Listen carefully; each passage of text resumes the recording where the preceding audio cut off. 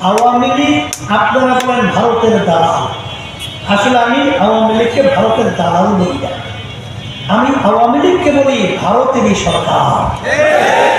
মনে আছে? বক্তব্য মনে আছে? কারণ কি শোনেন, আওয়ামী লীগ যত সিদ্ধান্তগুলো নিয়েছে প্রতিটা সিদ্ধান্ত আপনি একটু আল্লাহর রাস্তায় অনুরোধ করছেন।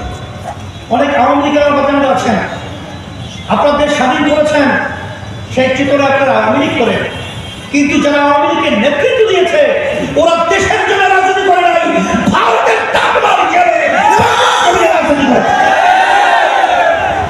আপনারা দেখেছেন শেষ 10টা চুক্তি করলো ভারতের সঙ্গে। এখন যে নরেন্দ্র মোদী এখন যে প্রধানমন্ত্রী হিসেবে দায়িত্ব পালন করছে, শপথ নিতে পারে নাই।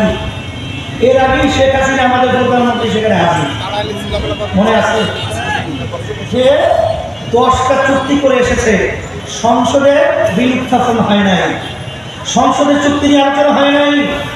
বিদেশের সাথে আন্তর্জাতিকভাবে কোনো দেশের চুক্তি করতে হলে সংবিধান হলো জনগণ জানতে হবে, পার্লামেন্টে এটা পাস করতে হবে, কিন্তু গোপনভাবে 10টা চুক্তি করে আসলো। আমরা যখন এই আওয়াজ তুললাম কি চুক্তি করলেন জাতি জানতে চায়, তখন হাসান মাহমুদ কি বলেছিল, ওটা কোনো চুক্তি না, সমঝোতা।